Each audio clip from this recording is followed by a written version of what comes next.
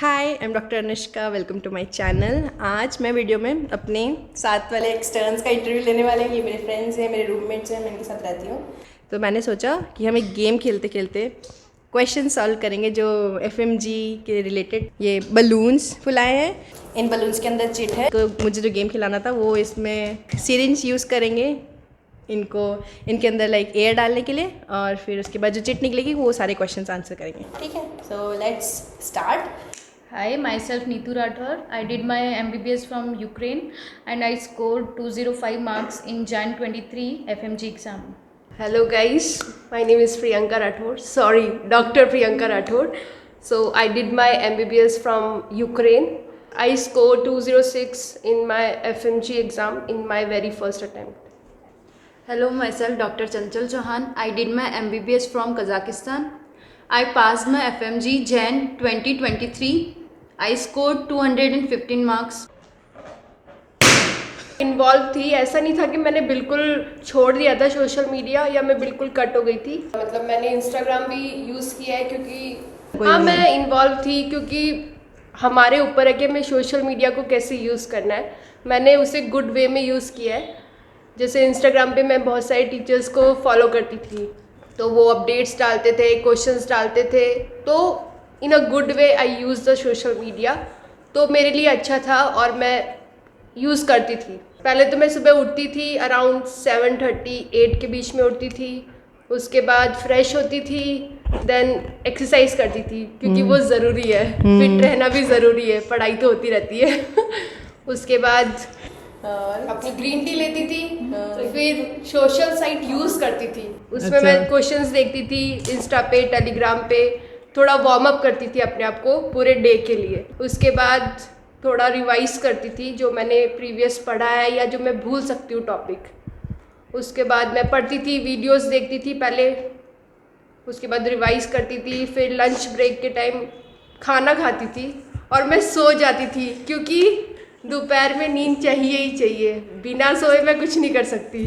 फिर मैं दोपहर में एक अच्छा खासा नैप लेती थी, फिर उठती थी, फिर सोचती थी अब क्या करना है। फिर सोचते सोचते आधा घंटा ऐसे ही निकल जाता था। उसके बाद कोई स्ट्रिक्ट नहीं था कि मुझे रात तक 10 बजे 11 बजे पढ़ना है। पढ़ती थी आराम से 8-9 बजे। उसके बाद चिल करती थी, डिनर विनर करती थी, फिर वही सोशल साइट्स, उसके बिना नींद कहाँ आएगी मुझे। वो करती थी, फिर आराम से 9-8 घंटे सोती थी प्रॉपरली। मैंने ऐसे एकदम अपने आप को इन्वॉल्व नहीं किया कि मुझे पढ़ना ही है, अपने आप को फोर्स भी नहीं किया कभी कि बहुत ज़्यादा पढ़ना है, अच्छा करना है। बस रिलैक्स होके अपनी प्रिपरेशन करो और तुम आराम से एग्ज़ाम क्लियर कर लोगे। तो मैं इन्वॉल्व थी, मैं यूज़ करती थी, इंस्टाग्राम भी यूज़ करती थी, हाँ, और टेलीग्राम भी यूज़ करती थी। क्वेश्चंस वगैरह देखती थी, उस पर क्वेश्चंस करती थी, और इंस्टाग्राम रेगुलर यूज़ करती थी। एक वही था मीडियम जिसके थ्रू मैं थोड़ा हम लोगों से कनेक्टेड थे। बाकी तो मैंने अपने घर में प्रिपरेशन की थी, तो कोई इतना वो नहीं था। जैसे प्रियंका और मैं सिस्टर हूँ, अब पता ही लग गया होगा, तो हम दोनों का सेम ही ऑलमोस्ट शेड्यूल था। सुबह हम लोग उठ जाते थे 7 या 8 तक उठ के, फिर मैं फ्रेशअप होके योगा करती थी 45 मिनट्स तक। उसके बाद ब्रेकफास्ट करके मैं ऊपर, हमारा खुद का सेपरेट था, तो हम लोग ऊपर जाके पढ़ने बैठ जाते थे, फिर पढ़ते थे, फिर लंच करने आते थे, और फिर लंच करके 1 घंटे बाद वापस ऊपर। और नैप कभी वैसे मैं लेती नहीं थी, बट हाँ कभी कभी 10-20 मिनट्स के लिए लेके फिर मैं अगेन अपना पढ़ाई करती थी। फिर शाम को हाँ मैं अपने फ्रेंड्स के साथ, मेरे जो फ्रेंड्स हैं उनके साथ मैं डिस्कस करती थी क्वेश्चंस या कुछ ऐसे ही टाइम पास के लिए। और क्या कहते हैं, बस फिर थोड़ा सा क्वेश्चंस वगैरह देख के मैं अपना दिन ख़त्म कर देती थी। बस इतना ही होता था। तो मैं इंस्टाग्राम एडिक्ट हूँ, तो सुबह उठते ही सबसे फर्स्ट रील्स खोलती हूँ मैं, इंस्टा स्क्रॉल करती हूँ, फिर हाफ एन आवर के बाद में मुझसे कुछ काम हो पाता है। अच्छा। तो मेरा तो दिन भर इंस्टाग्राम का था। बहुत ज़्यादा ही एडिक्टेड थी। ऐसे नहीं है कि क्वेश्चन वगैरह करने के लिए, क्वेश्चन टेलीग्राम से करती थी मैं, बट इंस्टाग्राम तो बहुत ज़्यादा। मॉर्निंग में उठती थी 9:30 to 10 o'clock, फिर उसके बाद में 10 to 11 में अपना फ्रेशन अप होना, ब्रेकफास्ट करना, वो सब करती थी। अराउंड 11 o'clock में लाइब्रेरी जाती थी, 2-2:30 3 o'clock में लंच करती थी अपना, फिर 3 to 5 फिर से पढ़ाई, 5 o'clock चाय, फिर उसके बाद में 6 o'clock to 10 o'clock 11 o'clock तक मैं पढ़ती थी। फिर ऐसे ही सो जाती थी इंस्टा स्क्रॉल करती करती। इतना ज़्यादा वो नहीं था मेरा शेड्यूल। इसका ऐड करती हूँ, दैट मीन्स इसकी मॉर्निंग भी इंस्टा से शुरू होती थी और सोते टाइम भी इंस्टा से ही खत्म होती थी। She is our insta queen by the way. Guys follow her on Instagram. No follow all of these guys on Instagram.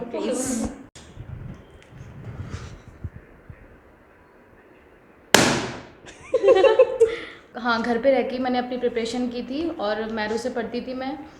तो मैरो में मैंने जब मैं फाइनल ईयर में यहाँ पे आ गई थी वॉर के बाद, उसी टाइम मैंने मैरो ले लिया था और उसके बाद वीडियोस देखना स्टार्ट की।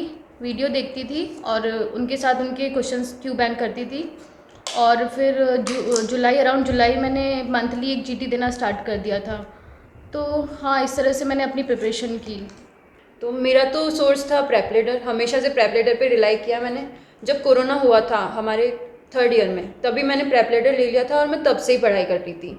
मेरा फाइनल ईयर तक सिलेबस कंप्लीट हो चुका था, तो मुझे सिर्फ रिवीजन करना था और मैंने फाइनल ईयर में जीटी देना स्टार्ट कर लिया था। तो मेरे मार्क्स आ रहे थे, तो मैं कॉन्फिडेंट थी कि मेरा होने वाला है, इसलिए इतना स्ट्रेस नहीं लेती थी, तभी ज़्यादा इंस्टा चलाती थी। घर पे रह के पढ़ाई की थी? हाँ, घर पे रह के। एफएमजी की प्रिपरेशन तभी स्टार्ट हो जाती है जब आप बाहर एडमिशन लेते हो किसी फॉरेन कंट्री में। तो फर्स्ट डे से ही आपका स्टार्ट हो जाता है कि आपको पढ़ाई करनी है, क्योंकि हमेशा से प्रेशर रहता है कि एफएमजीज पढ़ते नहीं है, बाहर जाके मस्ती करते हैं। तो एक मेंटालिटी थी जो मुझे दूर करनी थी और मैं फर्स्ट अटैम्प्ट में वो चीज़ कर पाई, तो उस बात की खुशी है। तो एफएमजी मैंने प्रिपेयर एज सच शुरू नहीं किया था कि हाँ एफएमजी ही करना है या देना है, क्योंकि माइंडसेट नहीं था। बस जो स्टैंडर्ड टेक्स्ट बुक्स थी वो मैंने पढ़ी है, ऐसा नहीं है कि नहीं पढ़ी है, या ऑनलाइन रिसोर्सेज पर ही रिलाई किया है। जब मैं यूनिवर्सिटी में थी तो मैं स्टैंडर्ड टेक्स्ट बुक्स ही पढ़ती थी अपने एग्ज़ाम्स के लिए या फिर जो भी वहाँ पे एग्ज़ाम्स होते हैं उनके लिए। बट जो यहाँ पे इंडिया आने के बाद मैंने मैरो पे रिलाई किया, क्योंकि जो मेरे नोट्स वगैरह थे वो सब मेरे यूक्रेन में रह गए थे due to Ukraine Russia war. तो वापस आके मैं नहीं चाहती थी कि मैं नोट्स बनाऊँ या कुछ करूँ, तो मैंने मैरो पे ही रिलाई किया। मैंने मैरो से ही पढ़ा है कम्प्लीटली। एनाटमी मैंने अजम सर से पढ़ी है, बाकी सब मैरो से किया है। मैं मेंटली प्रिपेयर थी यूक्रेन से ही कि मुझे कोचिंग नहीं लेनी है एफएमजी की, बिकॉज कोचिंग में ऐसा होता है कि आप वहाँ बैठते हो बट 3-4 घंटे के बाद आप फोकस नहीं कर पाते। तो अगर आप घर में पढ़ाई कर रहे हो, अपने हिसाब से कर रहे हो, तो आप रेस्ट ले सकते हो बीच बीच में। जब आपका मन नहीं है, आप नहीं पढ़ रहे हो, तो कोई आपको फोर्स नहीं कराएगा कि पढ़ना ही है, ऐसा कुछ नहीं है। तो मेरा था कि मुझे ऑफलाइन ही पढ़ना है, खुद ही पढ़ना है, क्योंकि सेल्फ स्टडी है ना, बहुत इम्पॉर्टेंट है। Your reaction to result 10 month after 10 months हो गए क्या? हाँ 10 मंथ्स हो गए एफएमजी का। सही फरवरी, मार्च, अप्रैल, मई, जून, जुलाई, अगस्त, सितंबर, अक्टूबर, नवंबर। सही में 10 मंथ्स हो गए क्या अपने रिजल्ट को? तो रिजल्ट के बाद में तो मैं बहुत खुश थी, क्योंकि ऑब्वियसली इतने अच्छे मार्क्स के लिए ठीक है एक्सपेक्टेशन थी मुझे कि हाँ आ जाएंगे, बट इतने ज़्यादा अच्छे एग्ज़ाम देने के बाद में उतनी वो नहीं थी मुझे। अभी मुझे एक्सेप्ट नहीं हो पा रहा है कि 10 मंथ्स हो चुके रिजल्ट को। तो अच्छा लग रहा है। इंटर्नशिप अच्छी चल रही है, कुछ पढ़ाई नहीं हो पा रही है वही। सबसे पहले जीटी दो, फिर रिव्यू करो कि कहाँ पे कितने गहरे पानी में हो, कि तुम एग्ज़ाम क्लियर भी कर पा रहे हो या नहीं कर पा रहे हो। 100 से नीचे मार्क्स आ रहे तो कोई चांसेस नहीं है अभी एग्ज़ाम क्लियर करने के मेरे हिसाब से। तो तुम्हें अच्छे से पढ़ना चाहिए और रिवीजन करते रहना चाहिए। अगर तुम्हारे 100 से ऊपर मार्क्स आ रहे तो पास्ट ईयर क्वेश्चंस देखते जाओ कि उसमें क्या क्या थे, टॉपिक्स कौन से थे। अगर तुम अच्छे से याद कर लोगे तो 150 के अबाव तो मार्क्स इजीली ला सकते हो। और अगर तुमने बहुत पहले से पढ़ रखा है तो गाइज लास्ट के 2 मंथ्स बहुत इंपॉर्टेंट होते हैं। लास्ट के 2 मंथ्स में तुम 3 टाइम्स रिवाइज कर सकते हो, हर वीकली तुम जीटी दे सकते हो, जीटी में अपना रिव्यू कर सकते हो। जीटी के क्वेश्चंस बहुत इंपॉर्टेंट होते हैं। मैंने तो प्रेपलेटर, मैरो, मिस्ट, अराइज सारे प्लेटफॉर्म के जीटी दिए थे, तो जीटी इज़ मस्ट। जो रिज़ल्ट एक्सपेक्ट किया था वैसा तो नहीं आया, क्योंकि एग्ज़ाम देने के बाद उम्मीद नहीं थी कि मैं मतलब पास हो जाऊंगी, बट रिज़ल्ट बहुत अच्छा आ गया। मतलब 200+ मार्क्स एफएमजी में आना इज़ अ बिग थिंग, और वो भी फर्स्ट अटैम्प्ट में। तो ऑब्वियसली शॉक थी मैं, सरप्राइज थी, और गॉड का थैंक बोल रही थी कि थैंक यू गॉड कि मुझे पास किया और इतने अच्छे मार्क्स से किया। और फाइनली डॉक्टर बन गई थी मैं इंडिया में, तो उसकी बहुत खुशी थी। बस गाइस, इंटर्नशिप चल रही है, बहुत अच्छी चल रही है, इंजॉय कर रही हूँ इंटर्नशिप को। एडवाइस तो कुछ नहीं है, बस ये कि ज़्यादा स्ट्रेस लेके पढ़ाई मत करो, इंजॉय करो स्टडीज़ को। ज़्यादा अपने आप को प्रेशराइज़ नहीं करना कि मुझे पढ़ना ही है, मुझे 10 घंटे पढ़ने, 16 घंटे पढ़ने। ऐसा नहीं है कि तुम इतना पढ़ के बहुत कुछ अचीव कर लोगे। पढ़ो, सब कुछ करो अपनी लाइफ में, इंजॉय भी करो, पढ़ाई भी करो और बैलेंस बना के रखो बस। और revision is the key, revision करना है आपको। और जब से आपने प्रिपरेशन स्टार्ट की है किसी भी एग्ज़ाम की, क्वेश्चन करना स्टार्ट कर दो उसी डे से, क्योंकि आप क्वेश्चन करते हो ना तो उसके साथ आपके डाउट्स भी क्लियर हो जाते हैं। और कई कई टॉपिक हमें पढ़ते टाइम समझ नहीं आते, बट क्वेश्चन करते ना तब समझ आ जाते हैं। इसलिए क्वेश्चंस करने, रिवीजन करना है। और जो टॉपिक समझ नहीं आ रहा, थोड़ा कॉम्प्लिकेटेड है, उसे थोड़ा टाइम दो, करो, समझ आ जाएगा, कुछ भी इम्पॉसिबल नहीं है। ओके। रिज़ल्ट प्रियंका ने देखा था तो उसने पहले कोई रॉन्ग देख लिया था, तो वो फेल था, तो मैं बस वहीं पे रोना स्टार्ट कर दिया कि फ़ेल होगी। फिर कहती रुक रुक, मैंने गलत देख किया। देन फाइनली उसने रिज़ल्ट चेक किया और लकीली हम दोनों का बहुत नियर बाय रिज़ल्ट था। मेरे 205 थे, उसके 206 थे। और रिज़ल्ट पेपर फर्स्ट अच्छा हुआ था, सेकंड थोड़ा चैलेंजिंग था, तो मुझे थोड़ा डाउट था कि पता नहीं क्या होगा। बस मैं भगवान से रोज़ यही प्रे करती थी कि मैं बस पास हो जाऊँ। तो हाँ, पास हो गई थी, तो ठीक है, वो अच्छा रहा। हाँ, 10 महीने हो गए हैं, तो ठीक है, अच्छी चल रही है और इतनी मतलब चिल चल रही है, इतना कोई लोड नहीं है यहाँ पे इंटर्नशिप का। एंजॉय भी कर रहे हैं, अच्छे फ्रेंड्स मिल गए हैं, तो सब कुछ अच्छा है।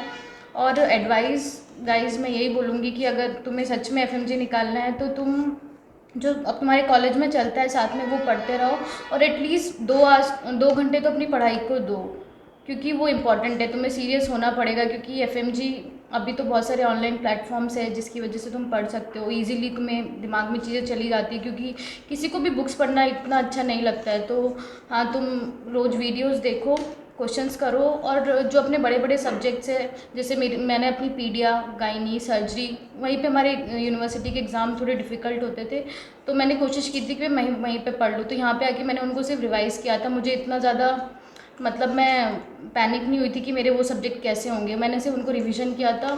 और हाँ, कम्युनिटी मैंने बहुत अच्छे से पढ़ी थी, और जो स्मॉल सब्जेक्ट्स है उनका रिवीजन वीडियोस देखी थी। और जो टॉपिक मुझे रिवीजन वीडियोस में समझ नहीं आता था या जिसके क्वेश्चन मैं बार बार रॉन्ग करती थी, उनको मैं मेन वीडियोस में जाके देख लेती थी। और हाँ, क्वेश्चन करना बहुत इंपॉर्टेंट है, क्योंकि पढ़ाई अपनी जगह है और क्वेश्चन करना अपनी जगह है। क्योंकि कई बार क्या होता है कि हम पढ़ के भी क्वेश्चंस नहीं कर पाते हैं, तो क्वेश्चन करना बहुत इंपॉर्टेंट है। और जब तुम्हारे सब्जेक्ट्स होने लगे, जब तुम्हें थोड़ा कॉन्फिडेंस आने लगे, तो जीटी देना स्टार्ट करो। स्कोर को मत देखो, क्योंकि स्कोर होता है, कम आता है, बट उसको मत देखो, धीरे धीरे वो इम्प्रूव होगा। तो जीटी इज़ मस्ट, जीटी देना है, क्वेश्चंस करने हैं, और जो तुम पढ़ रहे हो साथ में रिवीजन करते रहो, क्योंकि ह्यूमन नेचर है, भूल जाते हैं, किसी को भी याद नहीं रहता। तो रिवीजन करो, सब कुछ हो जाएगा, कुछ डरने की ज़रूरत नहीं है। रोज़ के बम लो। हाँ, अब करो। आओ गाइस, इंजेक्शन लगाना सिखाते हैं। फोड़ना भी, एक बार फोड़ भी दो।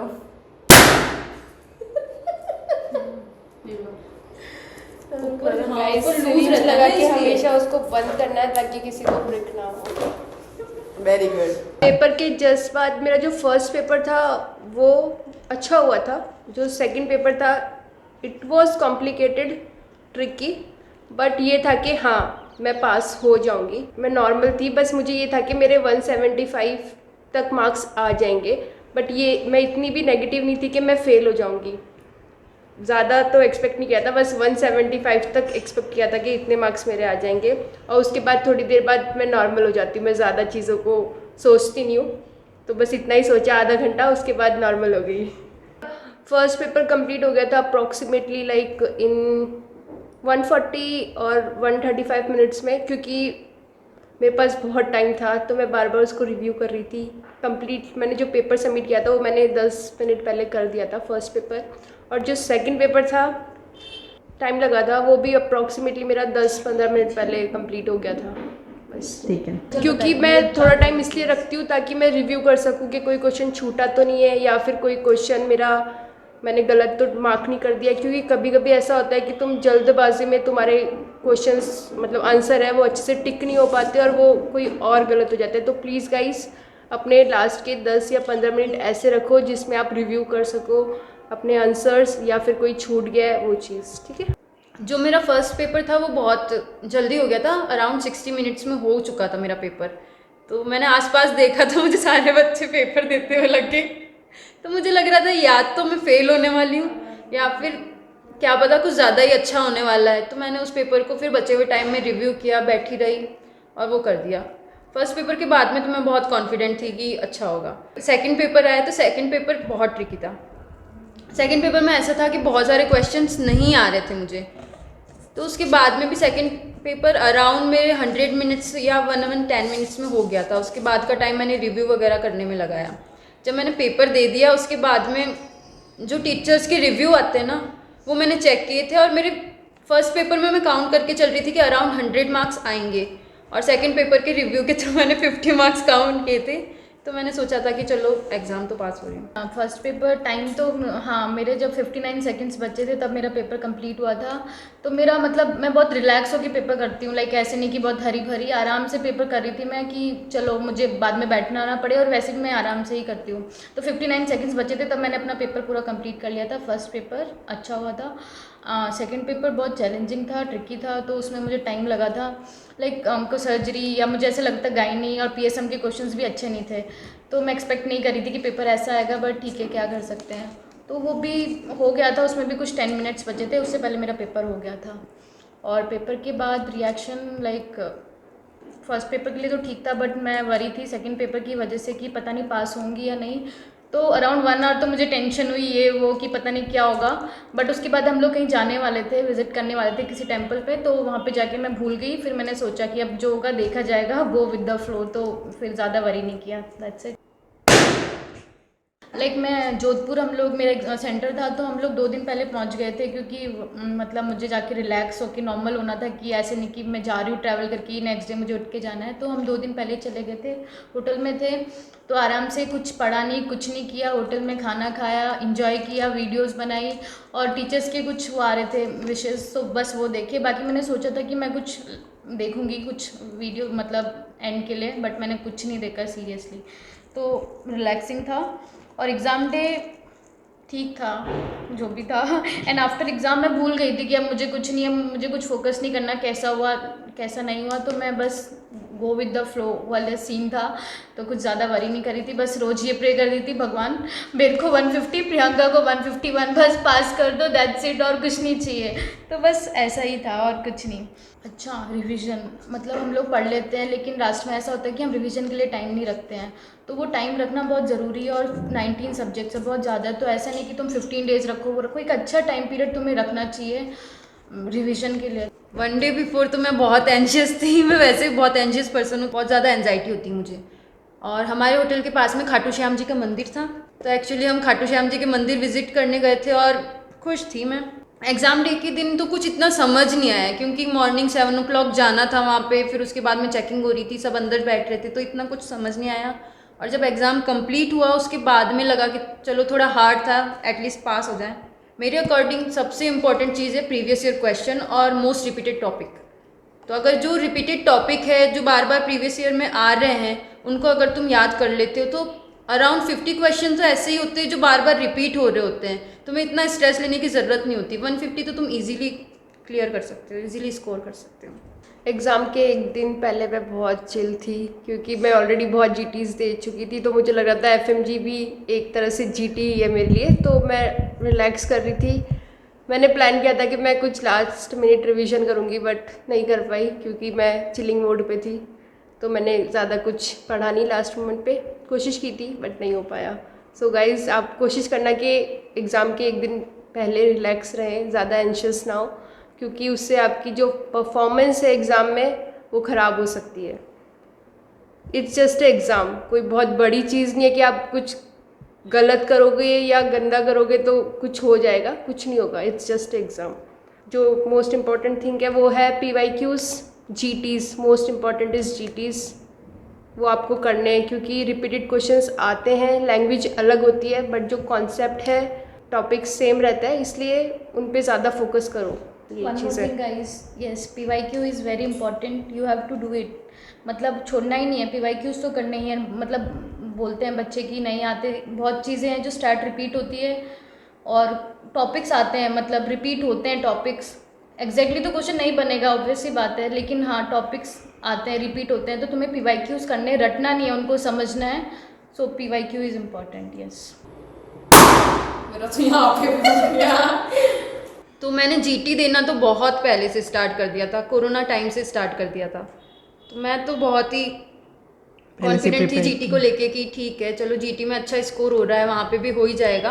हाँ थोड़ी एंजाइटी हो जाती है एग्ज़ाम टाइम में, बट आप जीटी अगर पहले से दे रहे हो तो आप में कॉन्फिडेंस आ जाता है कि नहीं यहाँ पे कर रहे हो तो वहाँ पे भी कर ही सकते हो।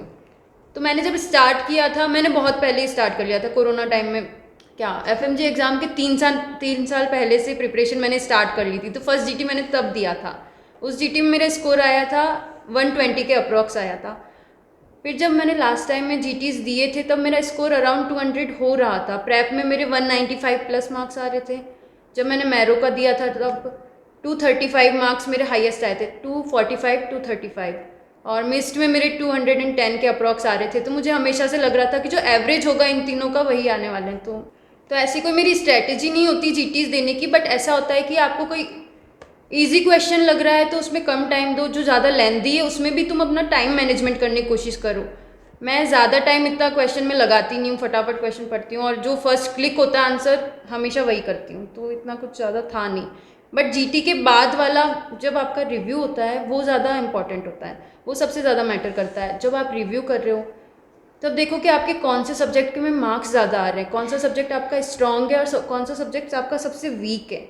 जो सबसे स्ट्रॉन्गेस्ट सब्जेक्ट था मेरा वो थे माइक्रो, ईएनटी, तो उनके अंदर मेरे अच्छे मार्क्स आ रहे थे। तो मैंने एंड तक उनको वैसे ही रखा कि हाँ उन्हीं में मेरे मार्क्स हमेशा अच्छे आने चाहिए, और जो वीक थे एटलीस्ट उनमें एवरेज स्कोर होना चाहिए मेरा, इतना भी कम नहीं कि 50% से कम जा रहा है उनमें। तो इसीलिए तुम जीटी को अच्छे से रिव्यू करोगे तब तुम्हारे मार्क्स धीरे धीरे बढ़ते जाएंगे। हाँ जीटी मैंने दिए थे, स्टार्ट कर दिए थे मई से मैंने जीटी देना स्टार्ट कर दिया था, क्योंकि जीटी दोगे तो आपकी प्रैक्टिस हो जाएगी मेन एग्ज़ाम के लिए भी, और जीटी को एज ए एग्ज़ाम ही दो ताकि तुम्हारा जो डर है और कि तुम्हारे मार्क्स कितने आएंगे। बच्चे क्या करते हैं कि वो जीटीज़ नहीं देखते, उन्हें लगता है कि वो जीटी देंगे कम मार्क्स आएंगे, डीमोटिवेट होंगे, बट ऐसा नहीं है। जीटी दो, आपको अपनी वीकनेस पता चलेगी कि आप कहाँ पे आप में कमी है, कौन से टॉपिक आपके वीक है, कौन कॉन्सेप्ट्स में ध्यान लगाना चाहिए, तो देना चाहिए। जीटी इम्पॉर्टेंट है। जो मेरा जीटी का स्कोर था फर्स्ट टाइम मैंने जो जीटी दिया था मई में मैरो में, उसमें मेरे कुछ 145 मार्क्स थे, और जो मैंने लास्ट जीटी मतलब दिया था उसमें मेरे अप्रॉक्सीमेटली 240 तक गए थे। तो मैरो वाले हैं तो उसके आसपास तो मार्क्स आ ही गए थे। और जो जीटी का अप्रोच था वो सिंपल था, एज ए एग्ज़ाम ही लिया था मैंने उसे, तो मैं सिंसियर होके ही जीटी देती थी। जो भी रिज़ल्ट आए ओके एक्सेप्ट करो, जो जीटी है उसको रिव्यू करो, रिव्यू करने के बाद देखो कि कहाँ कॉन्सेप्ट क्लियर नहीं है, उसको पढ़ो टॉपिक को अच्छे से, और वो गलती वापस रिपीट मत करो नेक्स्ट जीटी में। यही बेस्ट तरीका होगा अपने जीटी को रिव्यू करने का। हाँ मैंने जीटीज़ दिए थे, मैंने जून या जुलाई में जीटी देना स्टार्ट कर दिया था। मैं मंथली एक जीटी देती थी। एवरेज स्कोर होता था मेरा मतलब 175, ये वो एंड में मेरे कुछ 230 के आसपास गया था स्कोर। और जब मैंने स्टार्ट किया था मेरा फर्स्ट टाइम आई थिंक 160 के अराउंड था, इतना मुझे याद नहीं है। और अपनी प्रिपरेशन वैसे ही रखती थी, बट जीटी जो आता था उसको रेगुलर देती थी हर मंथ, और उसके बाद उसको रिव्यू करती थी। तो रिव्यू पहले मैं रॉन्ग क्वेश्चंस को करती थी, और फिर जो मैंने तुक्के मारे हैं मैं उनको देखती थी कि वो सही है या नहीं है। हम जीटी जो उसके नीचे मैरो में एक चीज़ है कि मतलब क्वेश्चन के नीचे उसकी एक्सप्लेनेशन होती है, तो एक्सप्लेनेशन बहुत अच्छी होती है, उसी से तुम्हारे मतलब टॉपिक का पूरा अच्छे से वो एक्सप्लेन करके रखते हैं। तो ऐसा नहीं कि हम जो वो क्वेश्चन गलत है उसी के बारे में देखना है, उससे हमारे और भी बहुत सारे क्वेश्चंस कवर हो जाते हैं। तो ये बहुत इंपॉर्टेंट है कि तुम एक्सप्लेनेशन को अच्छे से रीड करो। मेरे को एक बात बोलनी मेरे फर्स्ट जीटी में बहुत कम मार्क्स आए थे, बहुत अकॉर्डिंग टू मी 110 या 120 के अप्रॉक्स मार्क्स आए थे। अगर मैं वहाँ से लेके 240 तक जा सकती हूँ तो इसका मतलब हर कोई जा सकता है। तो तुम्हें स्लो एंड स्टडी रहना है कि तुम बहुत अच्छे से पढ़ रहे हो, कंसिस्टेंट हो, तो तुम भी जा सकते हो। ऐसा नहीं है फर्स्ट जीटी में सेकंड जीटी में इतने कम स्कोर होते हैं, सबके होते हैं, पर धीरे धीरे तुम ट्राई करोगे तो अच्छे स्कोर हो सकते हैं। दिया था। हाँ मेरी एक नोटबुक थी जिसमें मैं ऐसी चीज़ें लिखती थी जो मुझे याद ना रहे, और कई बार क्वेश्चंस होते थे जो कि ऐसे थे कि जो तुम्हें क्रैम ही करने हैं, तुम उनको वहाँ पे कोई कॉन्सेप्ट नहीं लगा सकते। तो मैं वो चीज़ें नोट डाउन कर लेती थी, और कभी भी जब भी मुझे टाइम मिलता था मैं देख लेती थी। कभी जैसे मॉर्निंग में देख लिया, या फिर जब तुम्हें पढ़ने का मन नहीं है तो तुम ऐसे ही टाइम पास के लिए उस नोटबुक को मैं देख लेती थी। बस यही थी मेरी 20th नोटबुक। ऐसा नहीं था कि मैंने स्पेशली बनाई है, वो बस बन गई थी एंड तक आते आते। एज सच कोई स्ट्रैटेजी नहीं थी, बट प्लान किया था, बट प्लान सक्सेसफुल नहीं हो पाया due to so many reasons. Exam की डेट चेंज हो गई थी, पहले जो दिसंबर में होने वाला था वो जनवरी में हो गया, जिसकी वजह से मैं बहुत खुश थी क्योंकि मुझे ज़्यादा टाइम मिल गया था रिवीजन का। बट वो टाइम भी मैंने वेस्ट ही किया। तो रिवीजन मैंने किया था, मतलब जो हाई स्कोरिंग सब्जेक्ट्स थे उनके लिए मैंने ज़्यादा टाइम दिया था, और जो सब्जेक्ट्स ऐसे थे जिनमें ज़्यादा क्रैमिंग की ज़रूरत थी, लाइक माइक्रोबायोलॉजी जो कि ज़रूरत पड़ती है उसमें, तो उसके लिए मैंने ज़्यादा टाइम दिया था। बायोकेमिस्ट्री वगैरह के लिए गाइस जो सिलेबस हो गया सो हो गया। अभी आपके पास टाइम नहीं है कि आप कुछ नया पढ़ो, नए कॉन्सेप्ट बनाओ, वो नहीं है। अभी टाइम है कि आप जीटीज़ दो। आपका फोकस अभी क्वेश्चंस करने में होना चाहिए। जितने ज़्यादा क्वेश्चंस करोगे उतने ही ज़्यादा कॉन्सेप्ट क्लियर होंगे। रिवीजन करना है, जीटीज़ देने हैं, जीटीज़ को रिव्यू करना है, और पैनिक नहीं करना है। एग्ज़ाम है, हो जाएगा। So revision is a must. Okay, as such कोई 20th नोटबुक नहीं थी, मेरी एक डायरी थी, उसी में मैं चीज़ें नोट डाउन करती थी। मतलब मेरी एक आदत है कि मैं जैसे फार्मा, माइक्रो और बायोकेमिस्ट्री की बहुत वॉलेटाइल है, मैं बहुत जल्दी भूल जाती थी। तो सिर्फ मैंने इन्हीं तीनों की मतलब एक डायरी थी, मैं वहाँ पे लिख लेती थी और उनको पढ़ती रहती थी कभी कभी। और कोई ऐसी 20th नोटबुक नहीं थी। जो मैंने सब्जेक्ट्स पढ़ लिए थे उनको मैं बस रिवाइज़ करती रहती थी। हाँ गाइस, मैं एक चीज़ ऐड करना चाहूँगी कि हाँ, मैंने पैथोलॉजी बहुत अच्छे से की थी, क्योंकि मेडिसिन बहुत ज़्यादा वास्ट है। तो और मतलब ऑब्वियसली इतना टाइम नहीं होता है कि तुम मेडिसिन पढ़ो। तो मैं सबको, अपने जूनियर्स को भी ये एडवाइस करूँगी कि पैथोलॉजी बहुत अच्छे से पढ़ो, क्योंकि बहुत सारे टॉपिक्स ऐसे हैं जो मेडिसिन के साथ ओवरलैप होते हैं। तो इतना मतलब वरी करने की ज़रूरत नहीं है कि हमने मेडिसिन नहीं पढ़ी, क्या होगा, कुछ नहीं होगा। तुम पैथोलॉजी पढ़ो, अच्छे से पढ़ो, और बहुत सारे टॉपिक्स तुम्हारे ऐसे ही क्लियर हो जाएंगे। और फार्मा, माइक्रो, बायोकेमिस्ट्री बहुत वॉलेटाइल सब्जेक्ट्स है, तो इजीली भूल जाते, तो वो सबके साथ होता है। ऐसे मत सोचो कि सिर्फ हमारे साथ हो रहा है, सबके साथ होता है। तो इन सब्जेक्ट्स को तुम फ्रिक्वेंटली पढ़ते रहो। और एंड में मैंने सिर्फ रिविज़न किया था, जो भी था सब कुछ, और जीटी तो मैं दे ही रही थी। और जो क्वेश्चंस मेरे बार बार टॉपिक में भूल जाती थी, सिर्फ मैं उसको एक बार रोज़ शाम को खोल के देख लेती थी, बस ऐसे ही कुछ स्ट्रैटेजी नहीं थी। तो अभी जितना सिलेबस हो गया है, वेल एंड गुड। अगर तुम्हारा थोड़ा सा बचा है तो तुम कर सकते हो, बाकी अभी कुछ नया करने की ज़रूरत नहीं है। जो पढ़ा है उसी को रिवाइज़ करो। जीटी तो तुम दे ही रहे हो, क्वेश्चंस करो, इमेजेस देख लो। और आजकल तो टेलीग्राम में भी अच्छे अच्छे चैनल्स हैं जिस पे तुम क्वेश्चंस कर सकते हो। जो तुम्हारा सिलेबस जितना हो चुका है इनफ है, कुछ नया मत पढ़ो। क्वेश्चन जो पढ़ लिया है उसको सिर्फ रिवाइज करते रहो। सब्जेक्ट्स वाइज जो बड़े सब्जेक्ट्स हैं उनको पहले, और छोटे हैं क्योंकि चीज़ें भूल जाते तो रिवीजन करते रहो। जीटी देने हैं, और हाँ, पीवाईक्यूज़ बहुत अच्छे से करने हैं, क्योंकि बहुत बार स्टार्ट रिपीट्स होते हैं, तो पीवाईक्यू करना इज़ मस्ट। एफएमजी के करने हैं, नीट पीजी के करने हैं, और टाइम है तो आईएनआई के भी तुम कर सकते हो। और मैंने क्या किया था लास्ट टाइम पे, जो हमारी मैरो की जो रिवीजन नोट्स थी सब्जेक्ट्स वाइज, मैं उनको पढ़ती थी सिर्फ। ठीक है, होता गया तो सिर्फ मैं उनको पढ़ती रहती थी और ऐसे ही अपना रिवीजन करती थी। तो गाइज, रिवीजन करना है और पीवाईक्यूज़ करने हैं, दैट्स इट। तो मेरी एलएमआर थी, बट एक्चुअल में मैं उसको पढ़ नहीं पाई थी एंड में, तो इतना कुछ था नहीं। लास्ट मंथ रिवीजन में मेरा तो फोकस मेन जीटी पे था, तो मैं हर 3 डेज़ में 2 डेज़ में मेरा जीटी होता था, उसको अच्छे से रिव्यू करती थी। उसके जो टॉपिक्स होते थे वो अच्छे से पढ़ती थी। जो पास्ट ईयर क्वेश्चंस होते थे मैंने उनको बहुत अच्छे से पढ़ लिया था, और उनके टॉपिक्स जो थे बहुत ही ज़्यादा अच्छे से कर लिए थे। जिनका 2 महीने बाद एग्ज़ाम है उनको मेरी यही एडवाइस है कि अच्छे से पढ़ो, जीटी दो, रिव्यू करो, जो पास्ट ईयर के टॉपिक थे उन्हें अच्छे से याद कर लो। कंग्रेचुलेशंस। नहीं तो इसमें ट्रिक है वैसा, फाइनली फोड़ दो कहीं पे। मतलब मैं अपनी पढ़ाई 9:30 बजे या 10 बजे तक स्टार्ट कर देती थी, फिर लंच तक अपनी पढ़ाई करती थी अराउंड 2 तक। उसके बाद वापस से 3:30 के अराउंड स्टार्ट करती थी, फिर शाम को ब्रेक लेती थी, टी ब्रेक। उसके बाद शाम को 8 बजे तक पढ़ती थी। उसके बाद मैं कुछ नहीं पढ़ती थी। उसके बाद मैं अपने फ्रेंड्स से डिस्कस करते थे हम लोग टॉपिक, और कुछ नहीं। और शाम को कुछ ब्लॉग्स वगैरह, सोशल मीडिया, कुछ माइंड फ्रेश करके मैं सो जाती थी। तो अप्रॉक्सीमेटली 8 आवर्स 10 आवर्स। हाँ, क्वेश्चंस स्टार्टिंग में तो मैं कुछ नहीं करी थी क्योंकि मेरा एक एम था कि मुझे सिलेबस कंप्लीट करना है, क्योंकि मेरा सिलेबस कंप्लीट नहीं था। तो हाँ, जो टॉपिक्स मैं पढ़ती थी उनके एमसीक्यूज़ करती रहती थी कि किसी में ऐसा मतलब क्यू बैंक में 20 क्वेश्चंस होते थे, किसी में 30 होते थे, तो कभी 5 कभी 3 कभी ऐसा करती थी। और मैरो में एक चीज़ थी कि वो मैराथन उन्होंने स्टार्ट किया था 5 क्वेश्चंस पर डे, तो हाँ वो मैं फॉलो करती थी। तो 5 क्यू बैंक्स पर डे मैं करती थी। Depends on my mood. कभी 8 घंटे पढ़ लिया, कभी 10, कभी 12, 4 घंटे ही पढ़ा है मैंने, तो इतना कोई ज़्यादा था नहीं। बट ऐसा था कि मिनिमम मुझे 4 आवर्स तो पढ़ना ही है, उससे कम नहीं पढ़ना। मतलब एवरेज क्वेश्चंस भी मूड पे डिपेंड करते थे। अगर मेरा पढ़ने का मन नहीं कर रहा है तो मैं उस दिन क्वेश्चन ज़्यादा करती थी, बट मिनिमम मेरा 4 आवर्स स्टडी का रहता था और मिनिमम 100 क्वेश्चन अ डे रहते थे। ज़रूरी नहीं है कि हमें रोज़ 10 घंटे पढ़ने, 8 घंटे पढ़ने। कभी कभी मूड नहीं होता, कभी कभी हमारा स्टेट ऑफ माइंड अच्छा नहीं होता पढ़ने के लिए, तो नहीं पढ़ते। तो मेरा भी ऐसा ही था, कभी मैं स्ट्रेच कर लेती थी 10 घंटे, कभी 8 घंटे। कभी कभी ऐसा होता था कि मैं 2-3 दिन कुछ भी नहीं पढ़ रही हूँ, यूट्यूब पे बस जो टीचर्स की वीडियो है वो देख रही हूँ या फिर PYQs देख रही हूँ। कभी कभी होल डे मेरा वीडियोस में ही चला जाता था कि बस के रिलैक्स मोड में होके मैं बस क्वेश्चंस करती थी। तो एज सच कोई मेरे स्टडी आवर्स नहीं थे एवरीडे के, और एवरेज क्वेश्चंस भी नहीं बोल सकती, कभी ज़्यादा हो जाते थे, कभी कम हो जाते थे।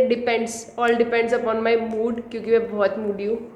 हाँ, मैंने टेलीग्राम के क्वेश्चंस भी किए हैं, वो कर सकते हो आप टाइम पास के लिए, अच्छे डेली होते हैं। करती थी। और मतलब उसको चाहिए कि मेरी आज रैंक क्या आ रही है, वो क्या आ रही है, बस फिर बच्चे से कांटेक्ट करते टेलीग्राम पे रैंक। हाँ, क्योंकि daily। वो उससे क्या हुआ, मेरे कॉन्टेक्ट्स बहुत बढ़ गए, मेरे टेलीग्राम से बहुत फ्रेंड्स बन गए, जिसकी वजह से मुझे काफ़ी हेल्प हुई कि तुम्हारी स्ट्रेटजी क्या है, कैसे चल रहा है। नोट्स एक्सचेंज हुए। कभी कभी मेरे फ्रेंड्स थे, उनको कुछ समझ नहीं आता था, मतलब न्यू फ्रेंड्स, तो मैं समझाती थी, कभी वो लोग समझाते थे। तो थैंक्स टू FMG के मेरे न्यू फ्रेंड्स बने। हाँ, तो बताओ तुम्हारी क्या एडवाइस होगी लास्ट, जो तुमको लगता है कि वीडियो में रह गया कोई ऐसी चीज़, मुझे बता दीजिए FMG को कुछ अलग से। मैं बताती हूँ, मतलब जिससे आप पढ़ाई कर रहे हो तो एक एक सब्जेक्ट मत पढ़ो, सब्जेक्ट को इंटीग्रेट करके पढ़ो। उससे क्या होगा, इजी होगा और सिलेबस भी कम हो जाएगा। तो इंटीग्रेट करके पढ़ो, जैसे पैथोलॉजी पढ़ी उसको इंटीग्रेट करो मेडिसिन के साथ। एनाटॉमी पढ़ी तो ऑर्थोपेडिक्स पढ़ लो, सर्जरी पढ़ लो। इससे क्या होगा, इजी होगा पढ़ने के लिए। मैं एक बायोकेमिस्ट्री के साथ पीडिया पढ़ लो तो आपकी पूरी पीडिया ऐसे ही हो जाएगी ख़त्म। तो आई थिंक सब्जेक्ट्स को इंटीग्रेट करके ही पढ़ो। कि मैं पहले तो ये बोलूँगी कि बाहर गए हो तो अच्छे से एंजॉय करो, विच इज़ वेरी इंपॉर्टेंट, क्योंकि वो दिन वापस नहीं आते, कॉलेज डेज कभी वापस नहीं आते। तो तुम बहुत एंजॉय करो और साथ में तुम पढ़ भी सकते हो। और हाँ, यूनिवर्सिटी के जो चलते रहते हैं सब्जेक्ट्स साथ में पढ़ते रहो डेली। 2 आवर्स भी मोर देन इनफ है। फिर अपनी प्रिपरेशन तुम यहाँ पे आके तो करते ही हो, तो हाँ, don't forget to enjoy guys. Enjoy करना बहुत ज़रूरी होता है। चंचल बोल के गई है कि उसकी तरफ से कोई एडवाइस नहीं है, वो बोल रही है कि जिसको पढ़ना होता है वो वैसे ही पढ़ लेता है, जिसको नहीं पढ़ना होता वो वैसे ही नहीं पढ़ता। सो that's all for this video. Thank you so much for watching this video, and if you found this video helpful in any way, then give it a like and subscribe to the channel, and we will see you guys soon in another video. I will try to make more videos with my friends, and अगर और भी कोई question है जो आपको लगता है कि you have like with these guys or मेरे से, then please leave those question in the comment section below, and we will see you guys soon. So bye. चंचल की तरफ से भी bye, वो भी थोड़ा busy हो गई, so bye. बाय।